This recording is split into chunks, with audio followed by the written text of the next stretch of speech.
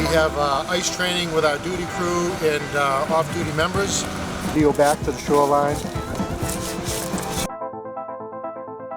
Well, it's time for our Around the Town tour. Here at Around the Clock, we'd like to share with you events, things that are going on in Ashland. We have quite the tour and quite a few stops. We're going to start at the Ashland State Park off of Spring Street, where our fire department was doing their ice rescue training. And it just so happened that it fell on the same day that they had done an ice rescue back in 1989. We want to thank Dave Iarussi for taking us through and telling us what's going on the ice.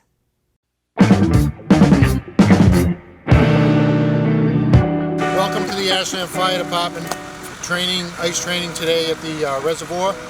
It's quite a cold day here in Ashland, Massachusetts, and we have ice training with our duty crew and off-duty members. We brought them all in today because it's a perfect day to train, and we're doing 3 stations today. The one behind me is the rope bag station where we're throwing and pulling. As you can see, we have spray paint on the ice so we know where to place the person in the rescue suit or the victim, and then we're having the guys throw the ropes. You'll see it simulated in a second here. So they'll throw a 50-foot rope, perfect shot. So as you see, that's a good one. You see one of the members in one of our rescue suits, so he can go out and make a rescue. And then what we'll do is walk over here to the next section. We can walk together. So we also have a Rescue Alive sled, which helps us out with buoyancy. So if we have to go far out on the ice and make a rescue, we can use ropes with members in our rescue suits. They'll go out with the sled, be able to pull a victim out or possibly an animal off the ice. So we're going to walk out to the spot where we made a hole in the ice. We have one of our members in a suit that's in the water. What we're going to simulate is a victim. As you can see, the sled's coming out now with one of our rescuers. There's a rope tied to the rescuer, there's a rope tied to the sled. We have manpower on the shoreline that'll be able to pull them back when it's ready. So as you see, one of our members in the water is acting as a victim. We're going to approach the victim. We're going to pull the victim onto the sled.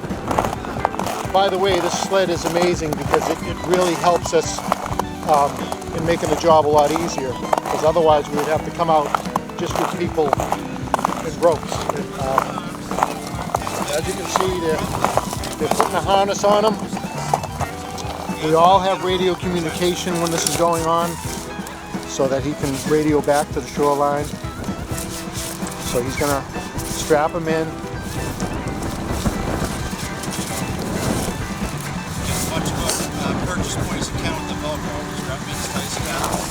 The instructor's telling them to get a purchase point so they can pull in. They said the ice today is around 7 inches thick, so it's safe for us to be out training.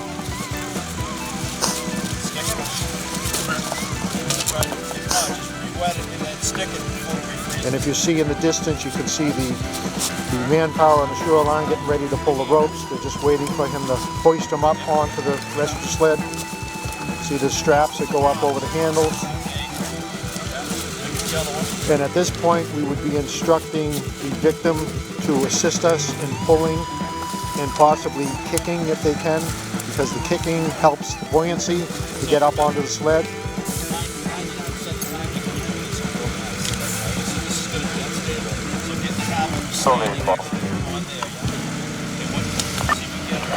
So the instructor's informing him is, had this been thin ice, the Rescue Alive sled could be breaking into the water, which would make the rescue more difficult, but it's still able to be buoyant in the water if we had to. So now he's signaling to the shoreline to get ready for the rope people to start pulling. So you're going to have one person taking the slack up for our rescuer with the red rope, and then you're going to have 3 people on the yellow rope, which is going to pull the sled and both people back to shore. So we're getting ready for the signal. He's giving the signal, tapping his head, and now they're going to pull and get the victim to safety.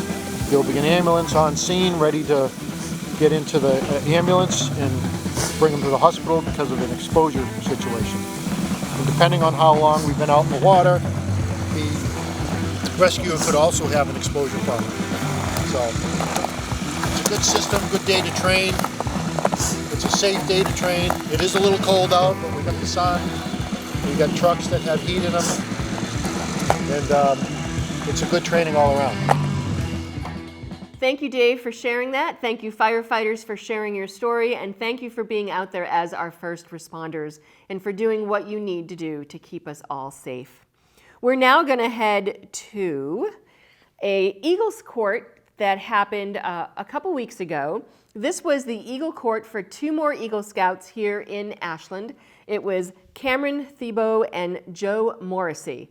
If we tell you about more Eagle Scouts, we have so many Eagle Scouts here in Ashland. The troops are just amazing and so supportive of these young men as they go through these projects. So a big congratulations to Joe Morrissey and his family, and to Cameron Thibault and his family.